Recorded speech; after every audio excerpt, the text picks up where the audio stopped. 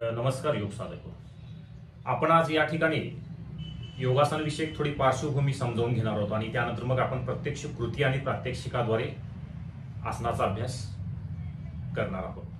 आता मानवी जीवन संस्कारित करून उन्नत अवस्थेला नेण्याकरिता योगशास्त्राचा तिसरा अंग म्हणून ही आसन प्रणाली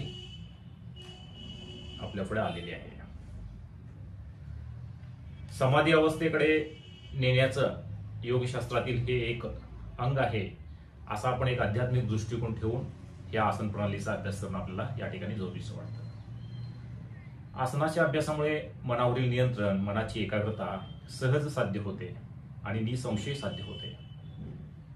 त्याचबरोबर मनस्वास्थ्य, शरीर स्वास्थ्य सुद्धा लाभतं. त्याचबरोबर आपल्याला थोड्या प्रमाणात रोगमुक्तीही मिळू शकते. आता आसन कसं करावं किंवा आसनाचं वर्णन करताना श्री पतंजली महामुनींनी दुसऱ्या पादामध्ये अतिशय थोड्या परंतु मार्मिक व समर्पक शब्दामध्ये याची व्याख्या केलेली आहे. स्थिर सुखम आसनम. आता यामध्ये तीनच शब्द वापरलेले आहेत, स्थिर, सुखम आणि आसनम. आता आसन कसं असलं पाहिजे तर स्थिर आणि सुखकारक असलं पाहिजे. ज्याप्रमाणे पतंजली महामुनींनी व्याख्या जशी मार्मिकपणे केलेली आहे त्याच पद्धतीने आसनाचे परिणाम सुद्धा अतिशय समर्पकपणे पुढील प्रमाणे मांडलेले आहेत. ते म्हणतात ततो द्वंद्वाने भिघातः. याचा अर्थ असा आहे की योगाचा अभ्यास करताना शीत उष्ण, क्लेश आनंद, सुख दुःख अशा कोणत्याही द्वंद्वाचा दुष्परिणाम साधकावरती होत नाही. त्याचबरोबर अशा परस्पर विरोधी गोष्टींकडे अलिप्तपणे समत्वाने पाहण्याची आणि यापासून अलिप्त राहण्याची शरीराची आणि मनाची अवस्था निर्माण होते. आता मी यापूर्वी सांगितल्याप्रमाणे आसनाच्या ज्या काही सर्व हालचाली आहेत त्या संत सावकाशाने नियंत्रित करणं अतिशय आवश्यक आहे. त्याचप्रमाणे सदरच्या हालचाली या हळूहळू किंवा खटक्याने करणे येऊ नयेत.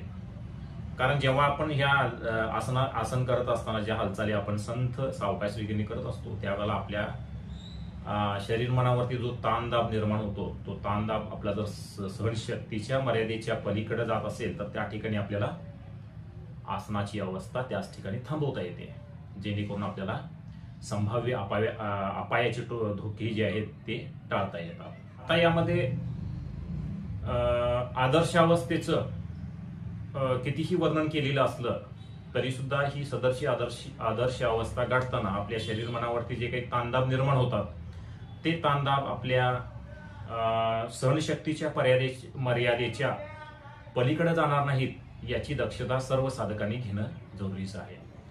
सदरचे ताणदाब हे आपल्या सहनशक्तीच्या मर्यादेच्या आतमध्ये राहतील याची काळजी सर्व साधकांनी घेतली पाहिजे, जेणेकरून जरी आसनाची अवस्था आपली अपूर्ण राहिली तरीही चालू शकेल. परंतु आपण जर सातत्यानं अभ्यास करत असाल तर याची आपल्याला आदर्श अवस्था आपण सहज साध्य करू शकाल.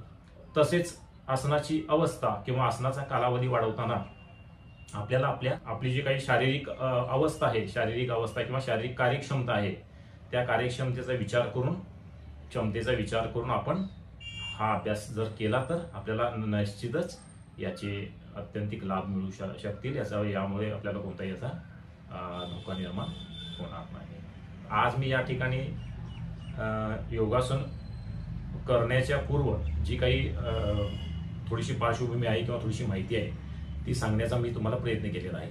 कारण ही माहिती अत्यंत आपल्याला पुढे उपयोगी पडणार आहे आणि यानंतर आपण जो काही योगासनाचा अभ्यास करणार आहोत त्यामुळं काय होईल की आपल्याला याची जास्तीत जास्त या पद्धतीनं आपण जर ह्या हालचाली केल्या किंवा श्वसनाची हालचाली किंवा शारीरिक हालचाली करून आपण जर हा योगासनाचा अभ्यास करायला सुरुवात केली तर आपल्याला याचे रिझल्ट सुद्धा चांगल्या पद्धतीने मिळून जातील. आता मी तुम्हाला वेळोवेळी सदरची माहिती समजावून सांगण्याचा प्रयत्न या पुढेही करणार आहे. तर आपण अभ्यासामध्ये सातत्य ठेवा आणि आपण समृद्ध राहा, सुदृढ राहा, प्रसन्न राहा. हरिओम.